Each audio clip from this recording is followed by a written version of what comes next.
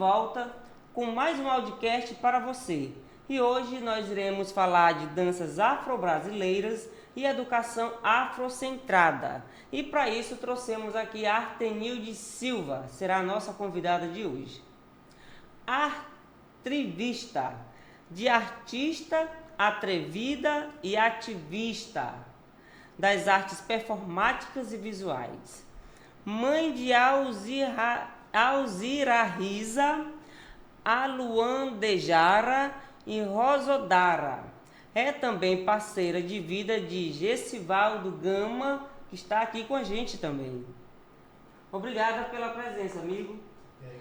Artenilde Silva, membro fundadora do Grupo de Cultura Afro-Afoxá, Gruca-A, artista inventiva do projeto itinerante Sexta Nagô, doutoranda em educação, mestre em educação, especialista em educação, gênero e afrodescendência e licenciada em educação artística pela Universidade Federal do Piauí.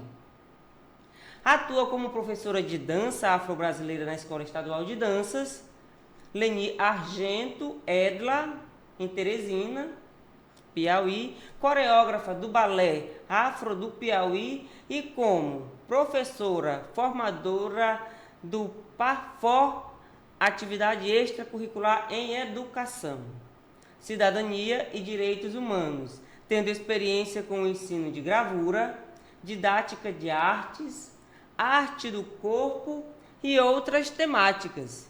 Muito bem, parabéns. Vamos falar então. Tá tudo bem com você? Tudo bem com você. Tudo bem. Melhor ainda com você aqui no audiocast. Muito bem. E nós queremos saber um pouco sobre a vida da Artenildes. O que você tem para nos dizer sobre essas danças afro-brasileiras, sobre a educação afrocentrada, que eu acho um assunto extremamente importante, interessante e que a gente possa levar para os nossos ouvintes. Então, Artenilde Silva, né? Artenilde Silva. É importante a gente falar do nome e o sobrenome. Para a cultura preta, o nome ele tem que falar de ti, né? Ele já chega te apresentando. Na nossa cultura ocidentalizada, o nome é uma coisa que a gente usa como uma estética, meramente uma estética. A gente não temos a preocupação de nos aprofundarmos, conhecer, né, traduzir esses nomes. Muitas vezes a gente não sabe nem qual a origem desses nomes. Sim. Então, mas da cultura de onde eu venho, os nomes eles são importantes, nome e sobrenome. Eu tenho sobrenome também Soares, mas eu assino como Silva. É uma escolha, foi uma escolha que eu fiz, porque traduz a maioria das pessoas nesse país. E que pessoas são essas? São pessoas com descendência rural. São pessoas que vivem na zona rural, na zona periferizada, que tem muito o que dizer para o país, tem muito o que fazer junto com o país, tem muito o que construir com o país. Na verdade, a mão de obra que sustenta, mas que, na verdade, não é reconhecida. Eu podia ter escolhido o Soares, porque ao inverso do Silva, o Soares tem um peso maior nesse país quando se trata de valorização, né? Sim. É um nome muito mais, um sobrenome muito mais valorizado, mas eu quis parecer com a maioria, porque eu sou a maioria. O Silva é mais comum. A maioria que se torna minoria, né? Que é Sim. tida politicamente como uma minoria. E Artenilde é um nome grego. Minha mãe me deu, quando ela me deu esse nome, ela não sabia que era um nome grego, mas na minha adolescência eu precisei pesquisar, porque sempre foi um nome que as pessoas achavam estranho, sempre queriam que eu repetisse como, e aí então eu precisei saber não só como, mas o que esse nome simbolizava, para que eu pudesse trabalhar minha autoestima como uma adolescente preta, mulher, periferizada, de uma família que veio de São Félix do Piauí, né? E que veio em busca de uma melhor sobrevivência. Pai trabalhador rural, mãe empregada doméstica, E eu, uma menina preta, em uma cidade, em um bairro periferizado, que era o Planalto Ininga, em Teresina, Piauí, hoje zona reconhecida como zona nobre, né? Mas na época que eu cheguei era uma grande favela. E Artenil significa mestre das artes. É um nome grego e junta dois nomes gregos, que é Ivanilde e Artemil. E então é mestre no masculino das artes. Muito E bem. aí isso me traduz como pessoa, afinal de contas, eu sempre estive muito envolvida com a questão da arte desde muito cedo. Desde 7 anos que eu danço, segundo mamãe, desde 7 anos que eu ganho dinheiro fazendo artesanato, porque eu trabalhava com a renda, né? Aquela coisa Sim, a renda. Que usa uma madeira com um tucum, né, na ponta, para fazer uma renda, para fazer uma costura ali. E fazia varandas de rede, desde os meus 7 anos. Então, a arte sempre esteve nesse lugar. E aí foi mais tranquilo para mim, quando eu descubro esse significado, de me entender como pessoa nesse mundo. Ou seja, o quanto que o nome é importante.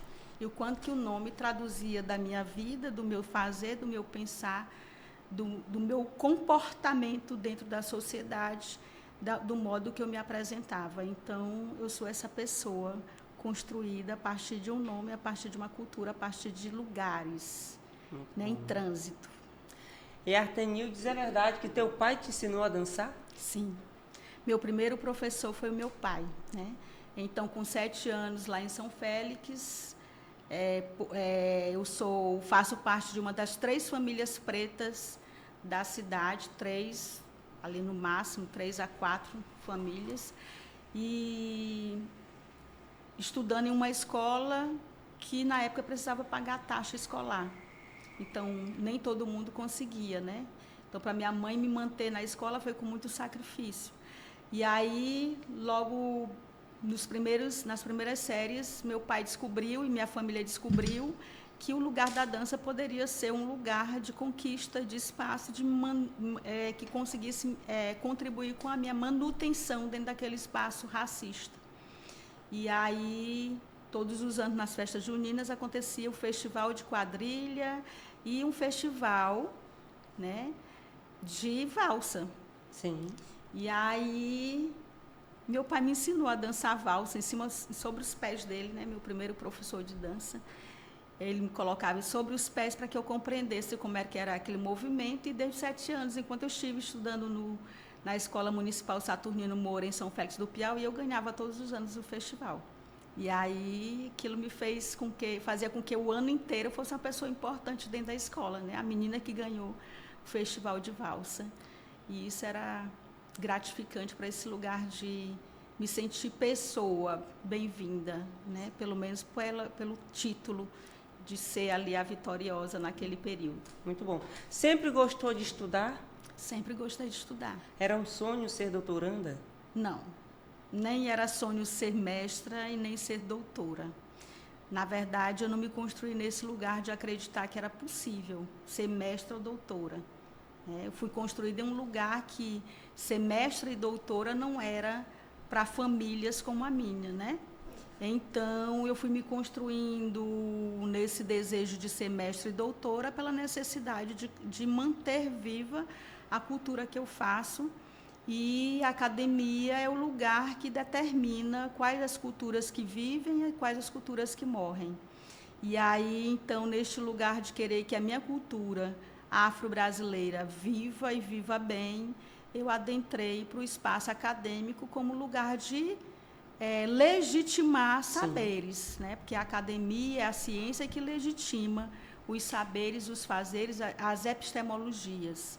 E aí, então, eu adentro nesse lugar muito mais por necessidade de manter viva as danças afro-brasileiras e também possibilitar para a juventude preta um lugar negado por muito tempo. Maravilha. De tantos predicados, eu acho que eu devo dizer assim, você também é escritora. E aqui está o livro que a Artenildes lançou recentemente. Fala, a encruza da dança afro-brasileira e o sentido de educação afrocentrada. Nos fale um pouco do seu livro.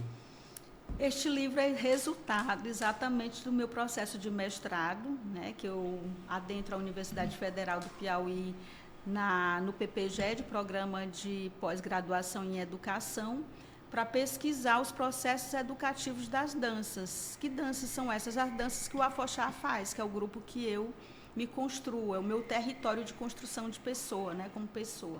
E como pessoa política também. E aí eu vou pesquisar quais são esses processos que o Afoxá vem construindo. E daí chegou o final, a conclusão, e eu não achei interessante deixar essa dissertação apenas no repositório da UFP, mas fazer com que ela pudesse ser propagada de outras formas, né, de outro jeito, que as pessoas pudessem ter outras formas de ter acesso. Sim. Por que não um livro, né? E aí o livro é interessante porque vai falar da pedagogia do grupo, que a gente chama de afoxagogia, que foi um conceito que eu construí no processo de mestrado, junto com o meu orientador, Francis Mussa Boacari. E aí a gente também construiu a sigla do Afoxá a partir desse mestrado, que é o GRUCA, né?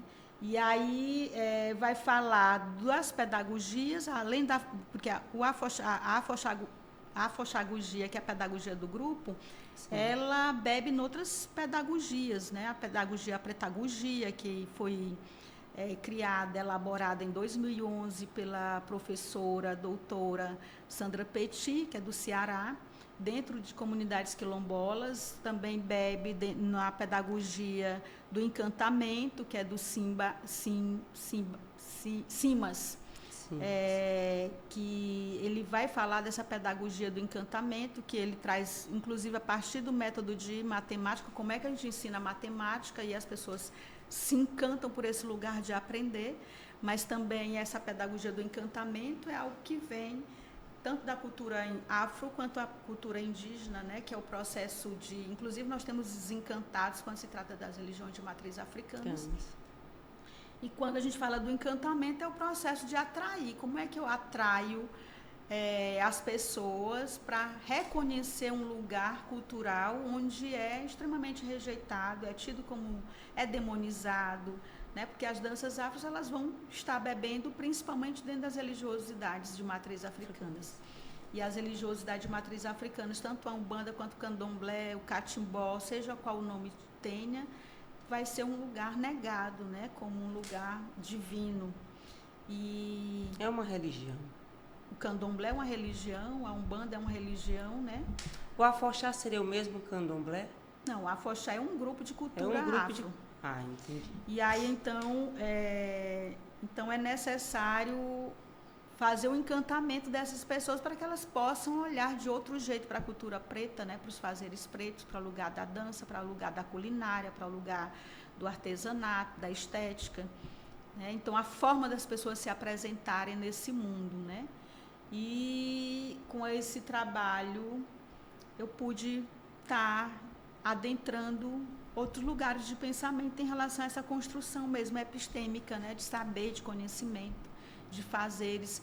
Qual é o impacto dessa cultura, desse fazer do Afoxá, da afoxagogia na vida da juventude, das crianças, dos adultos, das pessoas idosas, dentro desse processo de assistir, no processo de fazer, porque o Grupo Afoxá ele não divide também no processo, mesmo eu sendo a fundadora, como pesquisadora, eu descobri muita coisa que eu não sabia. Inclusive, quando eu iniciei, quando eu apresento a proposta da minha pesquisa, o meu orientador me questionou muito. Você acha mesmo que, como membro, fundadora do grupo, você não vai interferir na pesquisa?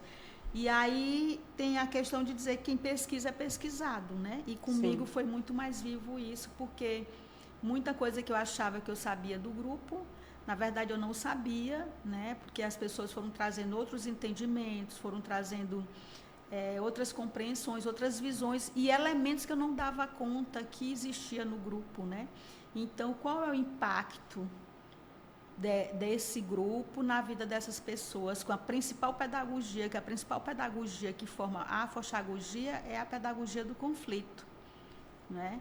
porque foi essas pessoas que foram, porque eu entrevistei tanto participantes do grupo como ex-participantes, e eles foram dizendo que para eles era muito conflito, porque em casa eles aprendiam de um jeito, na rua aprendiam de um jeito, e não afoxar, tiveram que se desmontar, né, se refazer quanto aos valores próprios da própria família, que eles não reconheciam como valores, né, tipo assim, o avô saber rezar, o avô saber cantar, o avô ser artesão, e aquilo ali eles não se davam conta.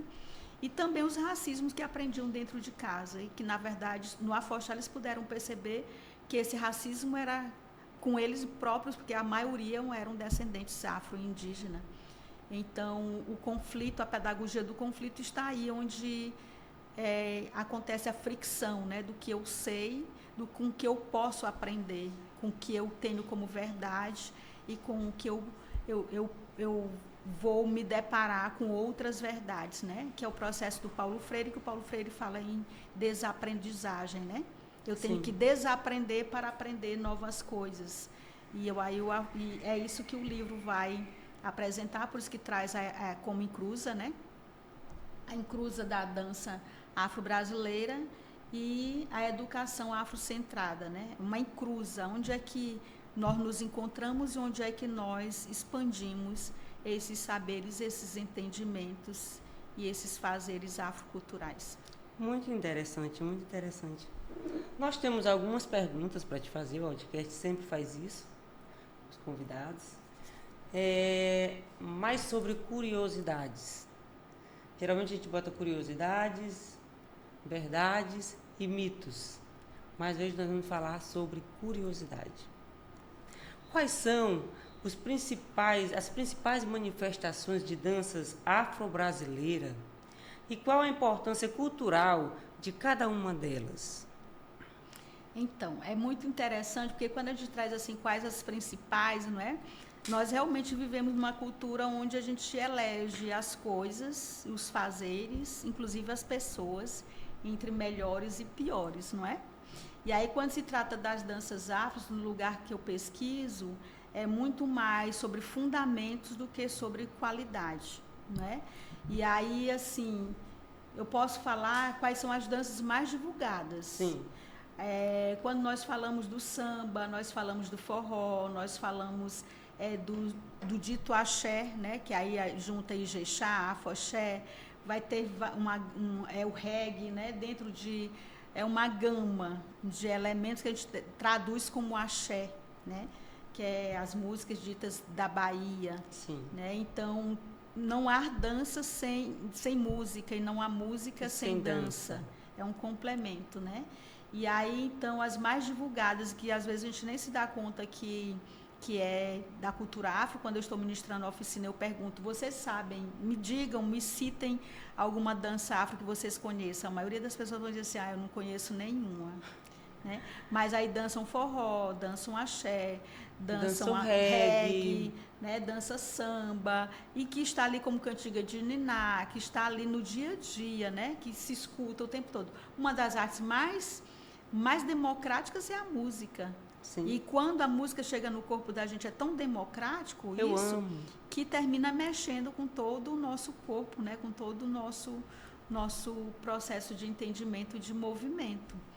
E aí, então, e quando se trata do que nós podemos falar de danças tradicionais, nós temos o jungo, que não é muito comum no Piauí, que não é comum mesmo no Piauí, nós temos o tambor de crioula, nós temos o cacuriá, nós temos essas danças que são danças de roda, né? Onde as pessoas se reúnem ali, tem o tambor e tem um círculo aqui que complementa isso, né? No Piauí nós temos cacuriá, nós temos os pagodes do Mimbó, temos samba de cumbuca, nós temos várias manifestações artísticas culturais que trazem esses fundamentos tradicionais das danças africanas ou afro-brasileiras. Como as danças afro-brasileiras dialogam com as religiões de matrizes africanas, como o candomblé e a umbanda? O diálogo é dentro dos fundamentos, porque, assim, na verdade, toda a cultura preta que resiste no Brasil, até o momento, só foi possível essa resistência por causa das religiões, né? Das religiões, sejam elas quais forem, quando se trata, estou falando de nome, né? Pode ser candomblé, pode ser umbanda, pode ser catimbó, pode ser jurema, que aí já tem uma vertente indígena, né? E aí tem vários outros nomes, tem lugares que se chamam de Xangô. Mas tudo a mesma coisa. Tudo tem a ver com as religiões de matriz africanas. Agora, diferente das religiões cristãs, as religiões de matriz africanas, elas sempre vão ter uma especificidade. Não dá para me dizer, vou hoje bem aqui nesse terreiro, amanhã vou nesse outro aqui. Ah, mas isso aqui está errado, porque no primeiro que eu fui tinha isso e aqui não tem. Não existe essa coisa de estar errado, tá certo ou está errado, porque cada lugar vai ter pessoas diferentes produzindo e essa liberdade de expressão, ela é considerada dentro das religiões. Não tem um caderno onde todo mundo tem que seguir aquele mesmo formato, não é? Mas todas são religiões de matriz ou motriz, por isso que a gente chama, né? Motriz. Que ou é movimento ou é nascimento, né? Matriz tem a ver com de onde vem. E motriz tem a ver como se movimenta, como se articula, que hoje, inclusive, tem alguns autores que vão preferir chamar motriz em vez de matriz, porque acho que quando diz matriz tem um lugar específico. Sim. Quando eu falo motriz, tem vários lugares, né? Tem um lugar ou vários lugares, então tem mais liberdade nessa compreensão. E é assim que as religiões de matriz africana se comportam. Então, fazer dança, inclusive não só as brasileiras, mas todas as danças afros em diáspora, né? Sim. Elas vão estar dentro das religiões de matriz africana, porque do mesmo jeito é quando se trata dos fazeres indígenas, vão estar dentro da religião. Assim também como os fazeres ocidentais vão estar dentro do cristianismo. Sim. Então, não tem como a religião se separar dos fazeres diários, como eu falo, do cotidiano de cada pessoa que é para ser o praticante. E o pé no chão, o joelho dobrado, a gira, a compreensão de ligação entre céu e terra, a filosofia que rege as danças afros é de base religiosa, mas não quer dizer que as danças afro sejam uma religião. Sim. Ainda há muito preconceito com relação à religião de matrizes africanas? Sim, com a pessoa preta, né? Ainda tem muito racismo, muita resistência, inclusive contra os nossos cabelos, contra... Que é um símbolo de resistência, contra as nossas roupas, contra os nossos adereços, né?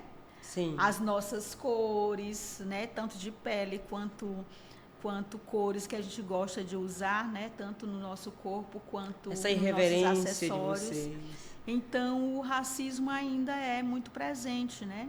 Por isso que a gente elabora uma lei em 2003, elabora outra em 2008 e até hoje essas duas leis não são efetivadas dentro da escola, das escolas a nível estadual, municipal e federal, porque a educação é que resolve algumas problemáticas. E aí nós ainda temos receio de como colocar esse assunto dentro de uma escola, né? Então, se a gente tem dificuldade de aceitação de temáticas que são necessárias quando se trata de uma cultura que é presente massivamente, porque nós somos maioria no país. Sim. Então, não é nada de novo, né? Não tem nada de extraordinário, porque nós estamos ali no dia a dia. E tem dificuldade de efetivação dessas leis, então é a prova que o racismo ainda está muito forte. Ainda é muito presente, muito presente. Você acredita que as danças afro-brasileiras ainda sofrem invisibilização? Total. A Leni Argento, a escola Leni Argento, que é a única escola de dança do estado, a única escola de dança do estado do Piauí, que existe em Teresina e tem algumas pernas, alguns tentáculos em Parnaíba, em alguns outros municípios, né? Ela vai completar 40 anos. Acho que agora em setembro está completando 40 anos. Bastante tempo. E as danças afros, elas chegaram em 2020. Né? Nós temos 5 anos dentro da escola Leni Argento, com 2 professores de dança, eu e um aluno meu. E a escola ela funciona com um currículo que é do baby até o 8º ano, e também agora tem os cursos livres e tem a aceleração, o curso de aceleração. Por conta da pandemia, foi se inventando outras formas de fazer dança dentro da escola. E a escola, mais o miolo da escola, ela é construída a partir do currículo. Toda a escola é construída a partir do seu currículo, né? E esse currículo da Lene Argento não tem danças afros.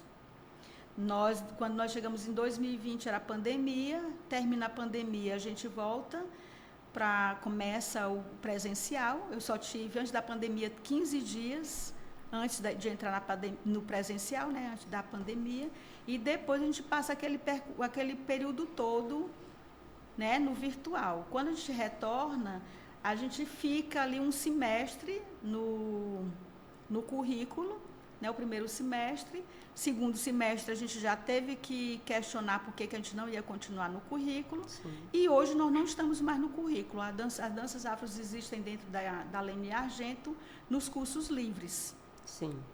Curso livre é para quem tem interesse especificamente naquela área. O currículo não. O currículo tem a ver com essas leis, que é a 10.639, que é de 2003, a 11.645, que é de 2008, que falam da inclusão, obrigatoriedade da inclusão da história da África e dos afrodescendentes, de suas epistemologias no currículo escolar. Então, estar no currículo da Lene Argento tem a ver com atender, com a efetivação dessas duas leis. Sim. Que uma já está bem caduca, 2003, né? 2008, a outra já caduca também, que já vai para 20 anos, né? E aí, se não está no currículo, não está dentro da escola, né? É como que tivesse só num espaço fictício ali para responder à comunidade que exige estar lá dentro. Sim. E também para o Estado se satisfazer nesse lugar de dizer que está cumprindo uma política. Mas, efetivamente, essa política ela é bem frouxa, né? Uma política capenga. Já precisa ser mais engajamento do poder público então, também. Então, isso é o quê? Silenciamento. É silenciamento de uma cultura que está aqui desde quando o Brasil se torna Brasil, né? É uma mão de obra que construiu esse país, construiu esse Estado. Então, como é que eu nego os fazeres de uma parte importante de uma sociedade? Porque a escolarização, quando eu estava no mestrado, quando eu construo a minha dissertação, na defesa do meu mestrado, uma das pessoas da banca, das professoras da banca, me pergunta por que você insiste na escolarização das danças afros. Sim. Né? Por que você quer que as danças afros sejam escolarizadas? E é muito simples, porque se as outras danças, quando eu digo eurocêntricas, elas são escolarizadas porque precisam de vitrine, precisam de propagação, precisa de divulgação, precisa de existir, as danças afros indígenas e demais danças que não estão na escola precisam estar, para poder ter esse mesmo acesso, essa mesma visibilidade, né? Por que não a afro-brasileira também, não é? Uhum. Como a capoeira, considerada uma luta e também uma dança, contribuiu para a resistência cultural afro-brasileira? A capoeira, ela é um enigma, né? Sim. As pessoas não sabem se é dança, se é luta, se é filosofia, o que é a capoeira, na verdade. Então, na verdade, a capoeira é uma estratégia de resistência. Então, como estratégia de resistência, a capoeira ela tem contribuído significativamente para esse processo de inserção das pessoas, inclusive, né, das pessoas corpo preto, né, o acesso ao trabalho, o acesso à educação. Então, é um instrumento que vai abrindo caminhos, né? A capoeira tem sido esse lugar de abrir caminhos, embora com a ditadura militar, porque a capoeira se torna o que a gente vê hoje, com a ditadura militar. É a ditadura militar de Getúlio Vargas que tem a necessidade de pegar as culturas indígenas e africanas para poder provar que nós tínhamos um país democrático. Então, folcloriza esses elementos. Qual era a manifestação cultural mais forte naquele momento das religiões de matriz africanas, além do terreiro, da religião? Pegar a religião seria perigoso. Sim. Mas pegar a capoeira seria estratégico, porque tinha dança, era a pedagogia do encantamento. Seria uma forma também de fazer continuar vivo.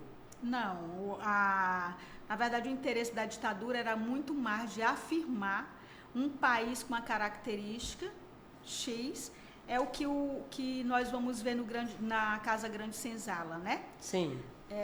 Do Freire, que ele vai trazer lá a democracia racial. Era para poder provar que nós tínhamos um país onde todas as raças se amavam, tinham lugar, se amavam, conviviam bem, estavam bem valorizadas. Aí pega a capoeira, pega as danças folclóricas, né? Que aí a gente vai ter vários balés folclóricos. Faz um mix cultural. Dessa época, sempre trazendo os elementos afros e indígenas como um lugar belo. A Carmen Miranda se torna símbolo do país, né, para viajar o mundo com seus grandes turbantes, né, que era exatamente para mostrar a beleza da mulher negra, né, que samba, e aí vai o samba também. Então faz-se um grande cesto com várias manifestações culturais para vender o Brasil, né? E aí se descaracteriza muita coisa, porque da capoeira se perde muita coisa, né? Nesse processo, que aí a gente tem a capoeira Angola, a capoeira regional. A Angola ainda continua manifestando lá alguns elementos bem tradicionais, bem antigos, bem de base, bem fundamentada, e a regional ela já vai apresentando um elemento muito mais de espetáculo, né? Que maravilha. Muito mais para o palco. Não sabia que tinha esses dois tipos. Sim. Mas informação é tudo, né? Sim. E aí, então, mesmo com essa máscara de que é um espetáculo, a capoeira continua sendo muito importante nesse processo de educação e inclusão da comunidade preta. Bom. Que elementos musicais e corporais tornam essas danças únicas em relação a outras manifestações populares no Brasil? O que transforma essas danças, essas manifestações únicas, é o tambor, né? É um elemento essencial quando se trata da musicalidade, o que marca é o tambor. Aí vão ter outros instrumentos, mas o principal é o tambor. E quando se trata do corpo, nas danças é o joelho dobrado, sempre em reverência à terra. Então, esses são os dois marcadores. Da musicalidade afro é o tambor. E da dança, quando se trata de corpo, é o meu joelho dobrado em reverência à terra. Enquanto as danças eurocêntricas esticam o joelho, estica a coluna, o tempo todo querendo sair da terra, a dança afro sempre quer voltar para a terra, né? Se manter na terra, se enraizar. Existe algum movimento atual de resgate e valorização das danças afro-brasileiras nas escolas e universidades? Olha, os movimentos pretos a nível de Brasil, desde os anos 50, têm feito esse movimento para adentrar as escolas. Por volta dos início ali dos anos 2000, final dos anos 90, por exemplo, ali, a gente tinha muita dificuldade de conseguir material, como livros, né, artigo, alguma coisa escrita, porque tem também essa invenção de que há uma cultura maior e uma cultura menor, que uma é escrita e outra é oral. Sim. Né? E a cultura afro-indígena está nesse lugar da cultura menor, porque é oral. E aí, mas a partir ali do final dos anos 90, a gente pode dizer assim, final dos anos 80, porque nós temos algumas coisas escritas nos anos 80, por exemplo, a Leda Maria Martins, que é uma figura importantíssima a nível de Brasil, uma mulher preta que vem discutindo as danças, o corpo preto, a partir da encruzilhada desde os anos 80, quando era perigoso se dizer que era de uma religião, quando ainda era perigoso se dizer que fazia capoeira no Brasil, ela já trazia as encruzilhadas, né, que tem a ver com Exu. Então, esse processo de nos manter dentro da escola é uma necessidade. Inclusive, há muita coisa que a gente não sabe ainda, não entende. Porque mesmo quando a negritude não estava dentro da escola, já tinham pessoas pretas alfabetizadas, alfabetizando outras pessoas. Então, a alfabetização para a população preta sempre foi um lugar de revolução, um lugar revolucionário. Então, muita luta sempre, né? E também um lugar de fazer mudança, né? Mudar paradigmas. E aí, então, essa contribuição, ela já tem algumas histórias, mas hoje ela está mais presente por conta desse grande número de produções acadêmicas que já vem sendo construído e fortalecendo os movimentos de manifestação preta. E um lugar de reivindicação sempre foi a educação, porque a população preta tem certeza absoluta de que não é o único lugar de ascensão que possa estar contribuindo com a emancipação da população preta, mas é muito, muito, muito importante. Muito bom. Artenilde, quais são os principais desafios enfrentados pelos grupos e mestres que trabalham para preservar essas tradições? Recurso, gata. Dinheiro. Recurso, dinheiro.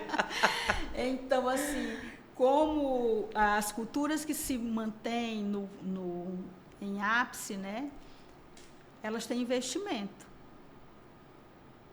Tem investimento. Tem uma escola, tem um lugar, né? Tem sede, tem qualificação, tem investimento.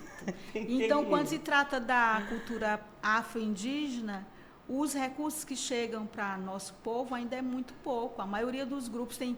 O Afoxá, por exemplo, tem 30 anos, nós não temos uma sede. Nós temos uma escola que a gente utiliza como sede, mas a gente não pode dizer que é nossa. Sim. Né? Não é nossa. E aí você vai ver o Bumba Meu Boi, vários Bumba Meu Boi, reizado, acontece dentro da casa dos mestres. Os mestres transformam a própria casa em escola, em galeria, em ateliês, porque não tem essa questão do investimento do Estado, né?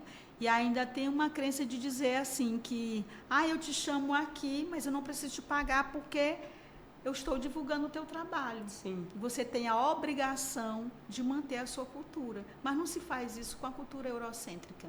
Quando você convida um grupo de dança, porque você tem cachê. Se for balé clássico, eurocêntrico, não é? Sim. Mas quando você convida uma manifestação cultural preta, é pelo lanche, é pelo transporte, e isso quando dão, né? E aí quando alguém pergunta qual é a contrapartida, eu mesma recentemente, no ano passado, no mês de novembro, que no mês de novembro aparece muita coisa para a gente, uma escola privada me chama para realizar uma palestra e uma oficina, eram mais de 4 horas de trabalho. E aí eu pergunto, qual é a contrapartida? Nós temos uma caixa de som e um microfone. Isso não é contrapartida, amiga, isso é instrumento, né? E aí, quando eu coloquei isso, ela disse, não, mas é porque vocês precisam divulgar o trabalho de vocês. Eu disse, não, já está divulgado, você chegou até mim, né? É difícil. Aí, então, são coisas assim resumindo, é falta de investimento mesmo. Precisa investir na cultura afro-indígena da mesma forma que se investe na cultura eurocêntrica nesse país. Bom, educação afrocentrada. Artenilde, o que é a educação afrocentrada e como ela difere do modelo eurocêntrico tradicional? O eurocentrismo, né, que tem até algumas discussões que a gente fala de eurocentrismo e tem uma discussão de afrocentrismo, né? Sim. O eurocentrismo, nossa sociedade é eurocêntrica. Nós vamos para a escola, os valores que estão sendo ensinados lá é da cultura branca. Nós vamos estudar os heróis brancos, nós vamos conhecer os nomes brancos. As escolas têm nome de branco, as ruas têm nome de branco, não é? De fato. E aí, então, nós temos uma cultura eurocentrada.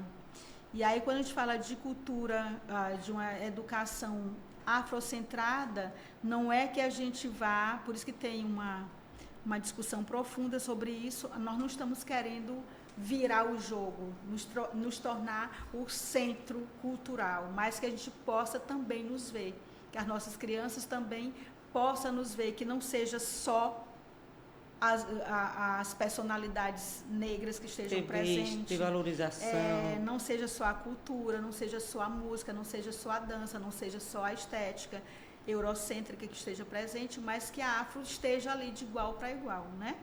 Que a gente já tem alguns exercícios, tipo em cartazes, tem as histórias das cotas, né? Tem, na propaganda temos as histórias das cotas, que hoje a gente não vê mais 100% pessoas brancas nesses espaços, e quando a gente vê, a gente hoje estranha. Tem muita gente que vê um cartaz só com pessoas brancas, já fica assim, já estranha. E antes era totalmente natural. Mas também tem muito a ver com afeto. Como é que eu ensino de uma forma afetuosa? Porque a escola, o que é que acontece nas escolas, nos lugares de educação oficiais, é que um cabelo preto ou um cabelo de pessoas pretas, automaticamente vai chegar alguém com a xuxinha para amarrar. Ou então alguém vai dizer assim, ei, abaixa bem que está me atrapalhando. E isso é normal, é natural. Sim. Né? A gente ir para um lanche, ter um bolo de chocolate, bolo nega maluca, né? Ter uma dança que bota uma boneca onde todo mundo pode fazer o que quiser com a boneca, porque é a nega maluca, né? Sim. E aí, isso é natural, todo mundo ri, todo mundo se diverte. O afrocentrado é fazer com que a gente passe a pensar e perceber isso tudo como um lugar de agressividade, de violência, de expulsão, inclusive, das nossas crianças da escola. Muitas crianças deixam de estudar, porque que entra tanta criança preta no ensino lá na infantil, e quando chega no final do ensino fundamental sumiu todo mundo. O que foi que aconteceu nesse percurso? Né? Sim.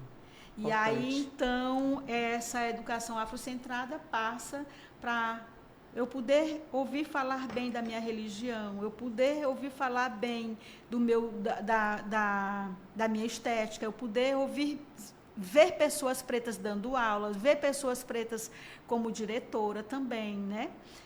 Não só como vigilante, não só como merendeira, não só como serviçal, mas que eu possa ver também,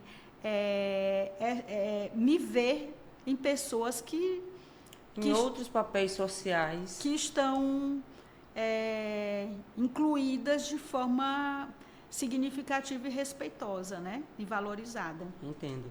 Então, a educação afrocentrada, ela é muito ampla, que ela vai passar tanto pela questão da política dos acessos e da questão de me ver, presentificar. Um olhar, né?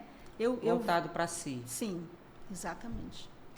Quais são os pilares de uma proposta pedagógica afrocentrada e como aplicá-la em sala de aula?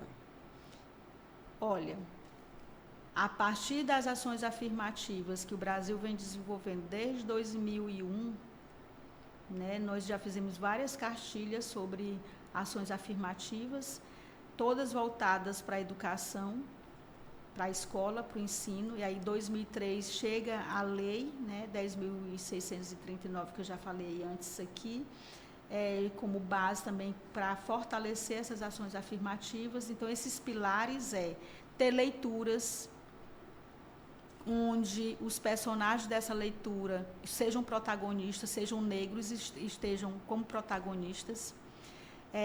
Ter autores pretos, que eu possa ver um livro e dizer assim, olha, ele é negro e ele é escritor. Né? Que a gente não ofereça só fontes brancas, né? Eurocêntricas, tanto quanto personagem, protagonistas quanto como escritores. A gente trazer a cultura como um lugar não de entretenimento, mas um lugar de construção pessoal e de educação. Também apresentar a oralidade como um lugar potente de ensinar, que as pessoas que a gente chama de mestres culturais, mestres de cultura, possam estar presentes como professores, não como uma indumentária ali uma vez no ano, no mês de maio, ou no 13 de maio, Sim. ou no dia 20 de novembro, mas que eles sejam vistos ali no dia a dia da escola, com a sua oralidade, a partir dos seus ensinamentos culturais. E que isso seja também um lugar de ensino, porque nós vamos ver aí que em 1800 e pouco, em África, já se falava em oratura, né? Que a oralidade e a literatura ao mesmo tempo. É compreender esse saber que é passado, perpassado, oralmente, também é uma literatura, também é uma escrita, porque Sim. eu posso transformar o que é uma escrita, o que é um livro. Nós estamos aqui falando, vai ficar gravado. Eu posso muito bem transcrever, não posso? Sim, pode. Então, nós vamos ter pensadores africanos que eles vão dizer que a escrita nada mais é do que a fotografia da oralidade. Sim. E aí, então, uma escola que valoriza a oralidade do mesmo jeito que valoriza a escrita, também é um lugar afrocentrado, porque sempre foi dito que nós, da população preta e indígena, só temos a oralidade, não temos a escrita, quando, na verdade, não é real. Mas vamos dizer que seja. E aí, quando essa oralidade, esse ensinamento, a partir da minha voz, a partir do meu canto, a partir da minha dança, porque a oralidade também não é só o verbo, né? Mas um movimento, uma cor, um desenho, tudo isso é oralidade. Então, quando isso passa a ser somado com a escrita, com a leitura, eu posso ler desenho. As artes plásticas vão ensinar. Sim. Né? Está dentro lá dos parâmetros curriculares voltados para as artes, o processo de reflexão a partir das artes. A leitura, eu leio uma imagem. Então, isso tem a ver com a educação afrocentrada. Então, é valorizar todos esses valores que são... É valorizar todos esses pormenores que são desconsiderados no dia a dia da escola. E como a educação afrocentrada pode contribuir para combater o racismo estrutural na escola e na sociedade? Muito. É o segredo, né? Se a escola conseguisse entender esse processo de que nós andamos juntas, não tem como, nada se separa, né? Nós aprendemos com a cultura eurocêntrica que tudo cabe em uma caixinha. Tem a caixinha do afeto, a caixinha do ódio, a caixinha não sei de quê, a caixinha, né? A caixinha da beleza. Tem essa beleza, cabe nessa caixinha, essa daqui fica fora, porque não tem esse padrão. Então, se a gente compreendesse que não existe um padrão, que na verdade a música está na dança, a dança está na escrita, a escrita está na oralidade, ao mesmo tempo eu não preciso dizer assim, agora eu vou parar para dançar, eu vou tirar 2 horas para me dançar no meu dia. Não, agora é minha hora de tirar para me ler. Não, agora esse segundinho eu vou conversar, né? Se a gente percebesse que eu converso, que eu danço, que eu rezo, que eu como, que o cotidiano não separa as coisas, então nós iríamos perceber, porque a afrocentralidade vai trazer a ideia da filosofia da circularidade, que tudo acontece ao mesmo tempo. Sim. Então, se a escola percebesse isso, seria super, não vou dizer super fácil, mas super possível, seria muito possível a gente quebrar com esse racismo estrutural. Porque a partir do momento que eu percebo que eu estou em uma roda, que você está também, e que meu tom de pele não me distancia de ti, porque tu tem olho, tu tem nariz, tu tem... Né? Nós temos as mesmas coisas. A cor do nosso sangue é a mesma. Tu sente dor, eu também sinto. Tu se entristece, eu também me entristeço. Então, a partir do momento que este lugar da escola conseguisse compreender e ensinar e desaprender que nós não estamos separados, que nós não estamos divididos, e o afrocentrismo vai falar isso, a afrocentralidade na educação vai ensinar isso, que nós somos da circularidade, você não precisa estar comigo para você estar. Sim. Porque você já está, porque você é pessoa. Sim. Então, qualquer lugar que eu esteja, você vai estar comigo, porque eu sou pessoa e você é pessoa. Então, é muito complexo para uma cultura eurocêntrica que sempre coloca melhor, pior, que a escola é um lugar de concorrência, não um lugar de soma. E um espaço para todos, né? Né? Então, o maior problema, o maior fundamento do racismo estrutural é dizer que nós estamos aqui para competir. Questão do ego. Né? Eu estou me te formando para tu tirar 10. E quem não tirar 10 não passa. E aí, quando na verdade era, se tu tira 10, tu podia ajudar quem não tira 10, sabe? A gente poder estar ali fazendo uma soma, não te colocando como tu fosse melhor, mas como que tu tivesse muito a contribuir com quem não conseguiu atingir aquele lugar que você atendeu. Então, isso quebraria a estrutura. Muito bem, muito bem. Você falou de 2 leis, né? Existem políticas públicas ou legislações que apoiem práticas pedagógicas afrocentradas no Brasil? Olha, as leis, elas... E elas são efetivamente aplicadas? Elas não são efetivamente aplicadas, mas elas existem há muito, muito tempo, né? Nós temos uma Constituição de 72 que ela vai dizer que a educação é para todos cidadãos. Aí a gente lê a Constituição de 72 e diz assim, mas sempre foi possível todo mundo estudar. Só que quando a gente diz em 72 cidadãos, se a gente usa a palavra cidadão em 72, a gente precisa perguntar quem era cidadão no Brasil. Para mim ser cidadão, o que é preciso? O que me faz um cidadão, uma cidadã? Né? São os documentos. Primeiro, sim, a certidão de nascimento. Quantas pessoas em 72 tinham certidão de nascimento? Né? Qual era a situação? Ainda hoje existe muito essa questão de subregistro. Então, qual era a situação das pessoas pretas naquele momento? Eles eram considerados cidadãos?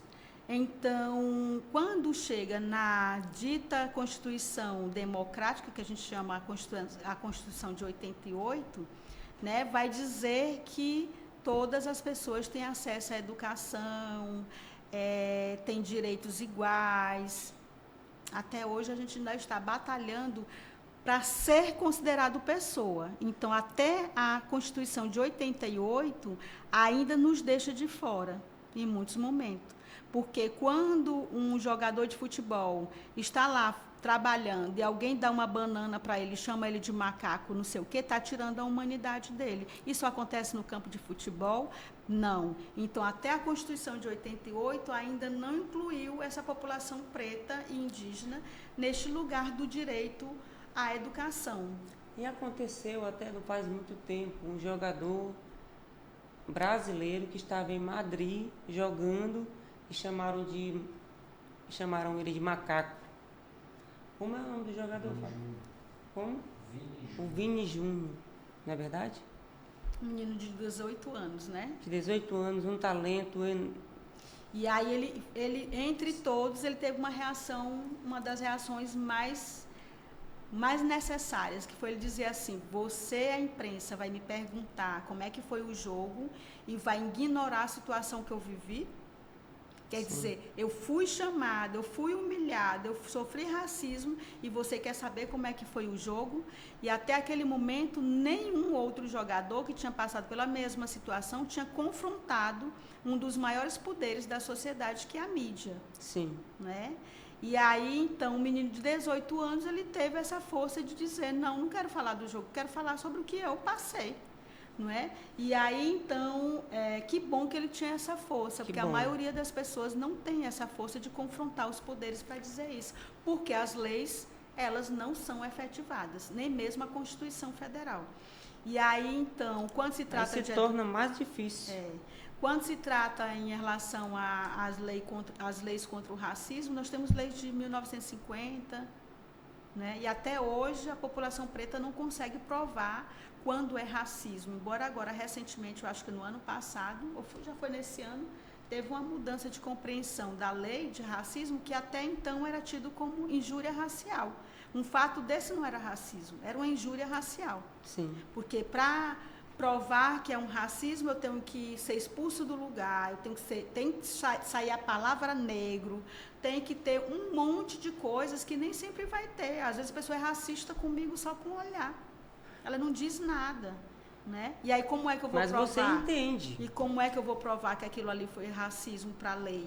Então, as leis, elas deixam muito a desejar.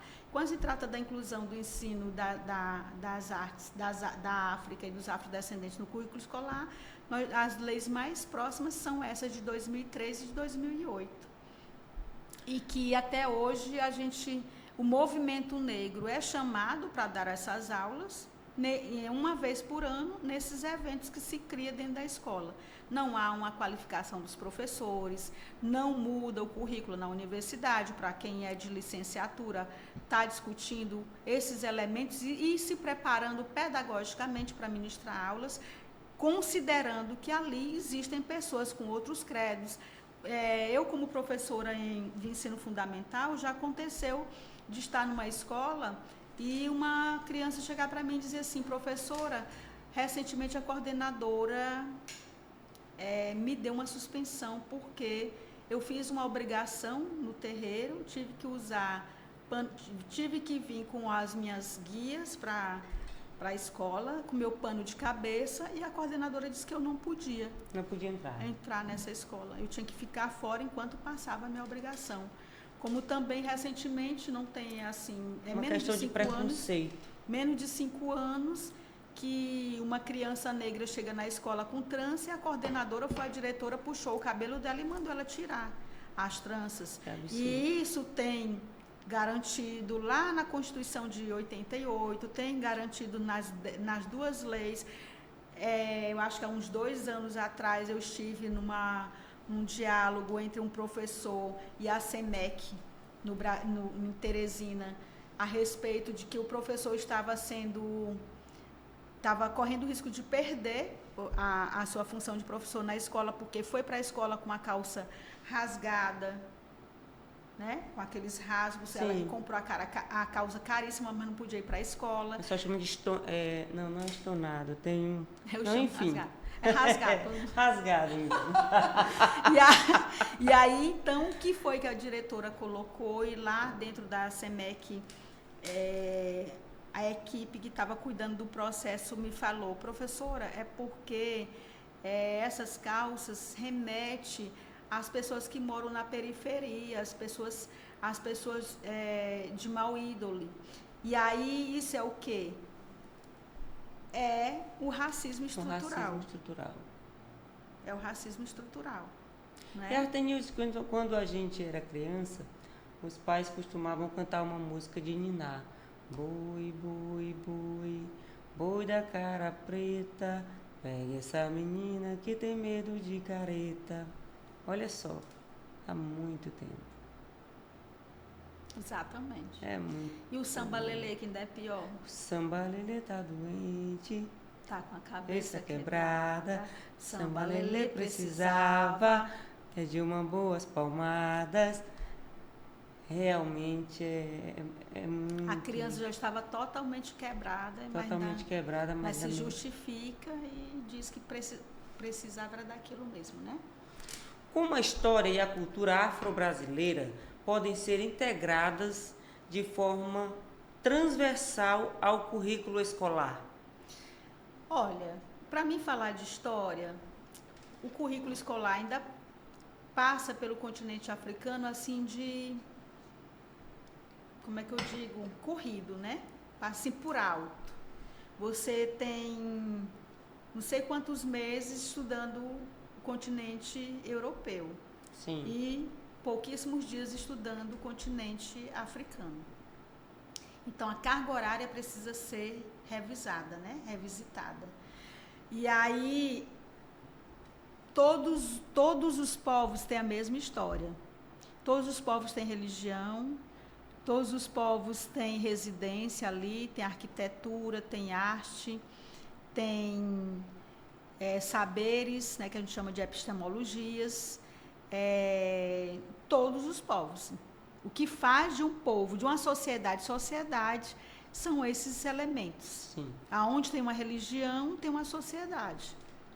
E aí, então, se tem tudo isso, e se a gente consegue estudar a história da Europa em todas as matérias curriculares, é possível transversalizar com a história, com o conhecimento com a cultura, com os fazeres e saberes das outras culturas, tanto afro quanto indígena. Se eu vou falar de geografia, eu posso falar de geografia a partir do europeu, mas também tem uma geografia afro-indígena, tem uma história afro-indígena, tem uma arte afro-indígena, tem ciência afro-indígena. Embora você não queira considerar que o conhecimento das ervas seja uma ciência, isso é uma ciência, que é o que fundamenta a ciência europeia. Europa coloca em vidros. O que é que nós compramos na farmácia? Em cápsulas, se não o saber das ervas, os saberes da ciência, os saberes científicos das ervas. Então, quem primeiro conhece a ciência da medicação? Cultura afro-indígena. Mas a gente vai estudar as encapsuladas, né? Sim. Esse conhecimento encapsulado, que já foi a Europa, que transformou em um objeto ali para vender para o mercado. Então, todos os elementos, todas as matérias curriculares, é possível transversalizar com as culturas afro-indígenas, se não fosse o racismo estrutural de dizer que uma cultura é melhor e uma cultura é menor, um saber é maior e um saber é menor. A cultura, existe a educação com E maiúsculo e a educação popular. Né? Então, essa forma que a escola foi elaborada para ser, é que dificulta a presença desses saberes no currículo. Uma escola que foi criada para dizer quem pode e quem não pode acessar o melhor alimento, o melhor trabalho, a melhor viagem, né? O melhor hotel, a melhor moradia.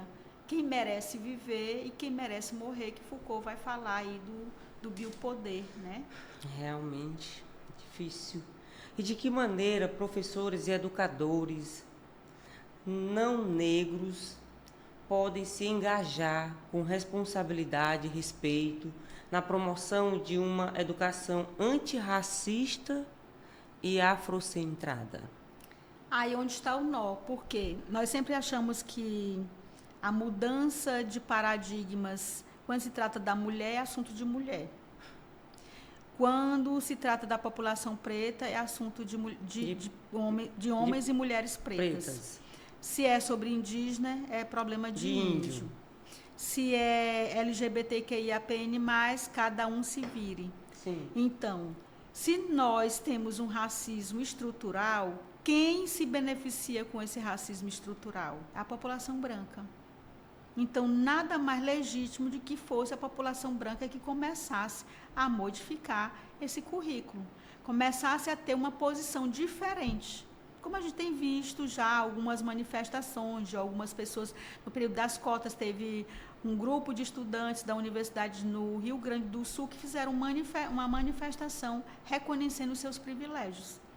Sim. Então, a partir do momento que eu, uma pessoa branca, me reconheço como branca, porque a gente só racializa o preto e o indígena. Sim. Mas o branco também é racializado. Se existe preto e indígena, porque existe branco. Então, enquanto as pessoas brancas não puxarem para elas, para dizer assim, eu sou uma mulher branca, do jeito que a mulher preta e indígena faz, e a partir desse momento se autoavaliar, se autoanalisar a si e aos seus, e dali construir posturas diferentes, já que eu percebo bem que eu sou uma pessoa branca e nesse sentido bem que eu sou privilegiada. Como é que eu posso fazer para modificar isso aqui a partir do meu lugar de professora? Né? Sim. E aí é o quê? É exatamente analisando como é que é feito o seu planejamento. O que é que você leva para o seu planejamento como pessoa branca, como uma professora ou um professor branco? Como é que qual a base que fundamenta o seu planejamento, não é? Porque o currículo, ele é fechado, mas ao mesmo tempo ele dá abertura, porque quem faz o meu planejamento sou eu. Então, se uma professora preta consegue modificar o seu currículo e trazer para dentro da sala de aula elementos que não estão ali explícitos, uma pessoa branca também consegue. Então, na minha reflexão e pelas minhas experiências como uma mulher educadora e que estou nos lugares de educação, independente se são só pessoas pretas ou mas tem a sociedade é mesclada. Eu também tenho essas experiências com pessoas brancas ali vivendo como colegas de trabalho, como colegas de estudo. Nós estamos numa sociedade, aquela coisa que eu falei da circularidade, nós estamos no mesmo lugar o tempo todo. Sim. Nós não fazemos nos reconhecer nesse lugar. Então, o que eu tenho visto por experiência de algumas pessoas brancas que vêm fazendo esse papel é essa autorreflexão. Olhar para mim, me ver como pessoa branca, perceber quais são os privilégios que eu possuo e como é que eu estou fazendo as coisas. E o que é que eu trago na minha boca quando eu falo, o que é que eu trago na minha cabeça quando eu penso. Sim. Qual é a ordem das coisas. Será se eu consigo entender que existe uma necessidade de mudança de hábito ou eu não percebo que existe uma diferença, uma desigualdade, uma desvalorização, que existe do meu lado, pessoas que estão sendo desvalorizadas simplesmente pelo tom da pele, pela sua origem. É eu penso assim que é doloroso a gente viver numa sociedade ainda com pensamentos tão pequenos. É muito doloroso. Mas, para finalizar o nosso audiocast, eu gostaria que você desse um recado para essas pessoas que ainda vivem nessa bolha de racismo estrutural. Sua câmera é essa aqui. Então, o básico, gente, sempre passa por nós mesmos. A gente sempre fica buscando as coisas fora da gente. A cultura preta, ela vai ensinar que tudo que você precisa está dentro de você, inclusive a mudança da sociedade.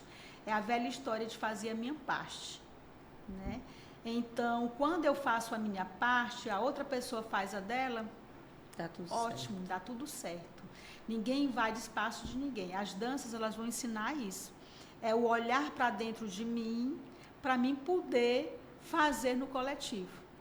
Se eu não me entender a partir de mim mesma numa coreografia coletiva, eu vou estar invadindo o espaço da outra pessoa, porque eu não me dou conta do espaço que eu estou ocupando.